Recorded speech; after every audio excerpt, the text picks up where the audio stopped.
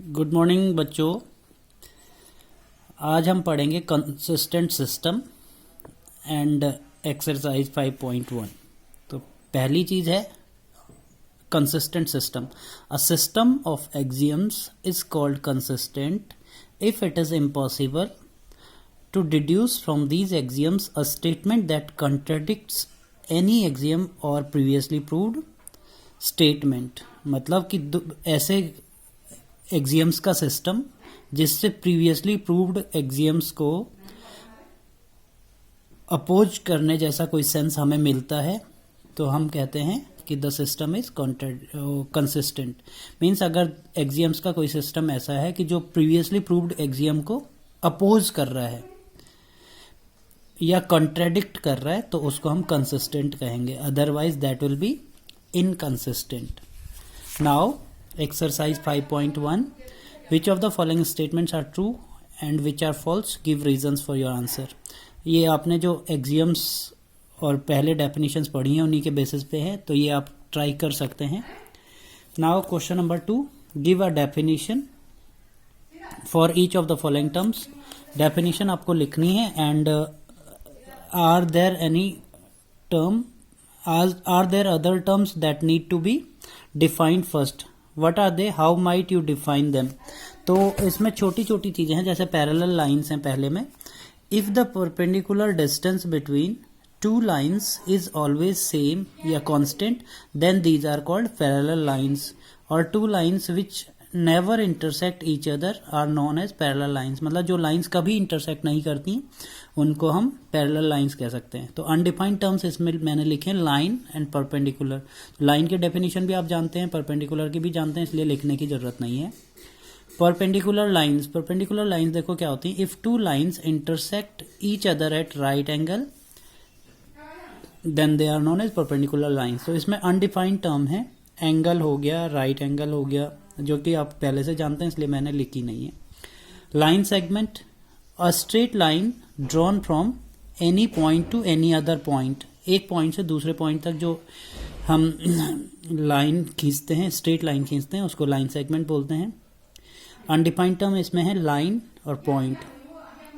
Radius of a circle, distance between centre to any point lying on circle is known as radius of the circle. Undefined terms इसमें है centre, centre को आप define कर सकते हैं। Square, a rectangle with all sides equal is known as square. तो undefined term इसमें rectangle है, रेक्टेंगल को आप डिफाइन कर सकते हैं। क्वेश्चन नंबर 3 है,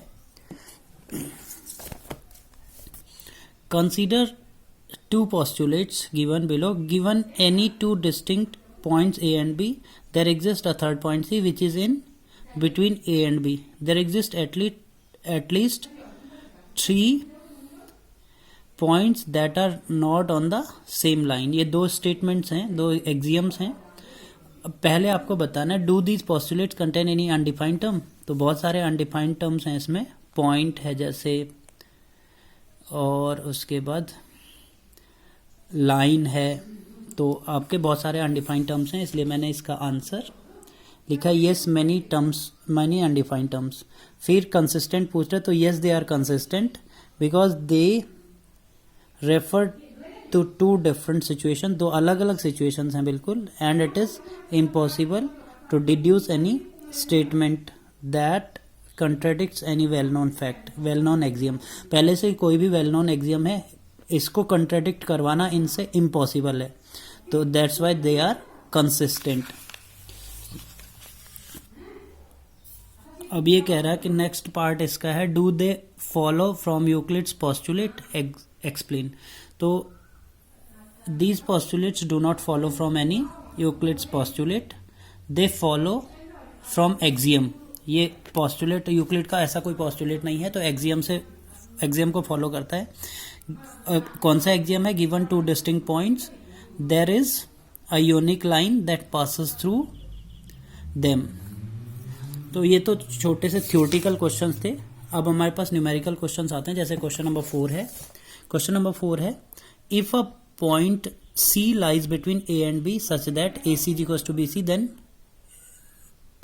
AC is equals to half AB, explain this. Prove that AC is equals to half AB, explain by drawing figure. तो हमने ये फिगर बनाया, AC A और B के बीच में C है. प्रूफ क्या करना है, AC is equals to half AB, given है AC is equals to BC. तो प्रूफ में देखिए AC is equals to BC मैंने ले लिया, दोनों तरफ AC ऐड कर दिया. कौन सा एक्सियम लगा, equals are added to equals, wholes are equal. तो 2AC AB हो गया, AC is equals to half AB हो गया. क्वेश्चन नंबर 5 है. इन question number 4, point C called a midpoint of the line segment AB. Prove that line segment has one and only one midpoint. हमें ये proof करना है कि किसी line segment का एक ही मिड पॉइंट होता है. तो यहाँ से देखिए पुराने क्वेश्चन में C इज मिड पॉइंट, इसका मतलब AC is equals to half AB. अब हमने एक और मिड पॉइंट कंसिडर कर लिया. Let C dash is also mid point, then AC dash is equals to half AB. क्योंकि मिड पॉइंट है तो वो लाइन को आधा कर देगा.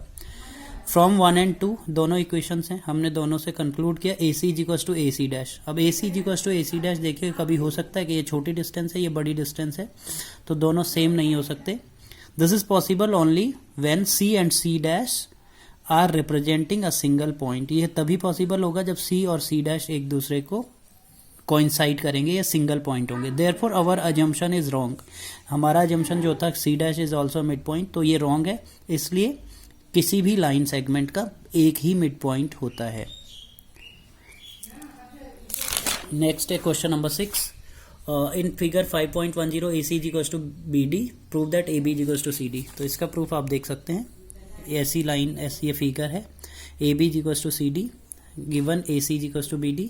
देखिए AC is equals to BD है, हमने दोनों तरफ BC को माइनस कर दिया. एक्सियम हमारा equals are subtracted from equals, then remainders are equal. तो AC minus BC is equals to BD minus BC. तो AB is equals to DC. AC minus BC देखिए, AC माइनस BC, तो AB बच गया, इधर BD minus BC, तो इधर CD बच गया.